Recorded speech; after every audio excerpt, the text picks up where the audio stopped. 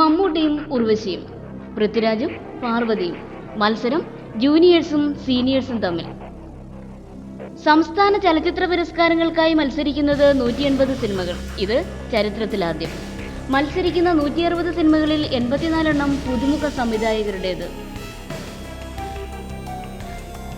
സംസ്ഥാന ചലച്ചിത്ര അവാർഡിനുള്ള സ്ക്രീനിംഗ് പുരോഗമിക്കവേ പുതിയ തലമുറയും മുതിർന്നവരും തമ്മിലുള്ള മത്സരം മുറുകുന്നു.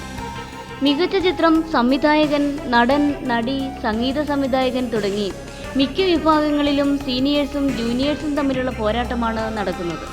ഇഞ്ചോടിഞ്ച് പോരാട്ടത്തിനൊടുവിൽ ജൂറിയുടെ താൽപര്യത്തിനനുസരിച്ച് ചില അപ്രതീക്ഷിത അവാർഡുകൾ ഉണ്ടായാലും അത്ഭുതപ്പെടാനില്ല.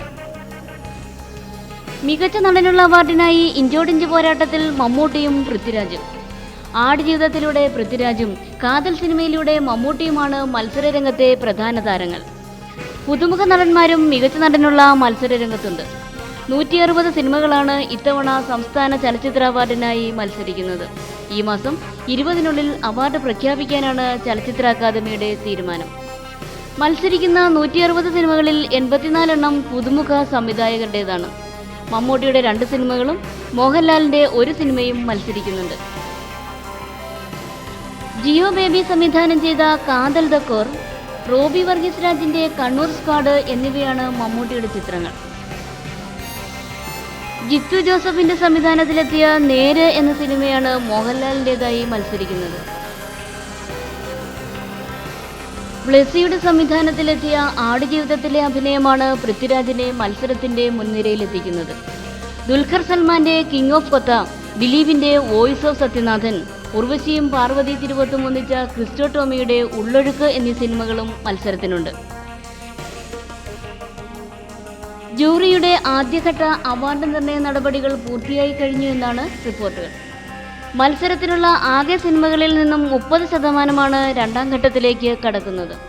2 പ്രാഥമിക സമിതികൾ 80 സിനിമകൾ വീതം കണ്ട് തീരുമാനിക്കുന്ന 30ഓളം സിനിമകൾ അന്തിമ ജൂറി വിലയിരുത്തിയാണ് അവാർഡ് പ്രഖ്യാപിക്കുക. ആരാണ് മികച്ച നടനാവുകയെന്നാണ് എല്ലാവരും ആകാംക്ഷയോടെ കാത്തിരിക്കുന്നത്. കൂടാതെ ഭാലിമിയിലൂടെ ജഗദീഷ്, ഓ ബേബിയിലെ അഭിനയത്തിന് ദിലീഷ് പോത്തൻ, 2018 സിനിമയിലൂടെ ടൊവിനോ തോമസ് എന്നിവരും മത്സരരംഗത്തുണ്ട്. വ്യത്യസ്ത വേഷങ്ങളിൽ നടൻ കാഴ്ചവെച്ച മികവായിരിക്കും അവസാന റൗണ്ടിൽ ജൂറി പരിഗണിക്കുക. മികച്ച നടിയാകാനുള്ള മത്സരത്തിലും സീനിയർ ജൂനിയർ യുദ്ധമാണ്. ഉർവശി, പാർവതി തിരുവോത്ത്, അനശ്വര രാജൻ, ജ്യോതിക എന്നിവരാണ് മുഖ്യമായും മത്സരരംഗത്തുള്ളത്. ഇവർക്ക് പുറമെ സമീപകാലത്ത് ചലച്ചിത്ര രംഗത്തെത്തിയ ചില നടികളും പരിഗണനയിലുണ്ട്.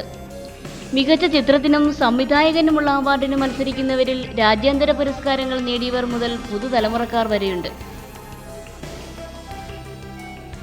Blessy, Aadujeevitham. Jude Antony Joseph, 2018. Roby Varghese Raj, Kannur squad. Jeo Baby, Kaathal the core. Rohith M G Krishnan, Iratta എന്നിവരാണ് മുൻനിരയിൽ. മികച്ച സംഗീത സംവിധായകനുള്ള മത്സരത്തിൽ ആടുജീവിതത്തിലൂടെ AR റഹ്മാൻ മത്സരരംഗത്തുണ്ടെന്നതും ശ്രദ്ധേയമാണ്. പ്രാഥമിക സമിതി ചെയർമാൻമാരായ സംവിധായകൻ പ്രിയനന്ദനൻ, ഛായാഗ്രാഹകനും സംവിധായകനുമായ അഴകപ്പൻ എന്നിവരുടെ നേതൃത്വത്തിലുള്ള 2 പ്രാഥമിക സമിതികൾ 80 സിനിമകൾ വീതം കണ്ട് മികച്ചതെന്ന് നിശ്ചയിക്കുന്ന 30% ചിത്രങ്ങൾക്കാണ് അന്തിമ ജൂറി വിലയിരുത്തി പുരസ്കാരങ്ങൾ പ്രഖ്യാപിക്കുന്നത്. കിൻഫ്രയിൽ ചലച്ചിത്ര അക്കാദമിയുടെ രാമു കാര്യാട്ട് തിയേറ്ററിലും LV പ്രസാദ് തിയേറ്ററിലുമായി ശനിയാഴ്ച സ്ക്രീനിംഗ് തുടങ്ങി. ഓഗസ്റ്റ് പകുതിയോടെ അവാർഡ് പ്രഖ്യാപിച്ചേക്കും. ഹിന്ദി സംവിധായകനും തിരക്കഥാകൃത്തുമായ സുധീർ മിശ്രയാണ് ജൂറി ചെയർമാൻ. സംവിധായകൻ ലിജോ ജോസ് പെല്ലിശ്ശേരി, എഴുത്തുകാരൻ NS മാധവൻ, നടി ആൻ അഗസ്റ്റിൻ, സംഗീത സംവിധായകൻ ശ്രീവത്സൻ ജെ മേനോൻ എന്നിവരാണ് മുഖ്യ ജൂറിയിലെ മറ്റംഗങ്ങൾ. 1ാം പ്രാഥമിക ജൂറിയിൽ ഛായാഗ്രാഹകൻ പ്രതാപ് പി നായർ, തിരക്കഥാകൃത്ത് ബിനോയ് തോമസ്, എഴുത്തുകാരി ഡോക്ടർ മാളവിക ബിന്നി എന്നിവരും 2ാമത്തേതിൽ എഡിറ്റർ വിജയ് ശങ്കർ, എഴുത്തുകാരൻ ശിഹാബുദ്ദീൻ പൊയ്ത്തുംകടവ്, ശബ്ദലേഖകൻ CR ചന്ദ്രൻ എന്നിവരുമാണ് അംഗങ്ങൾ. രചനാ വിഭാഗത്തിൽ doctor Janaki Sreedharan, doctor Jose K Manuel, doctor OK Santhosh എന്നിവരാണ് അംഗങ്ങൾ. എല്ലാ ജൂറിയിലും ചലച്ചിത്ര academy secretary Ajoy Chandran member സെക്രട്ടറിയാണ്.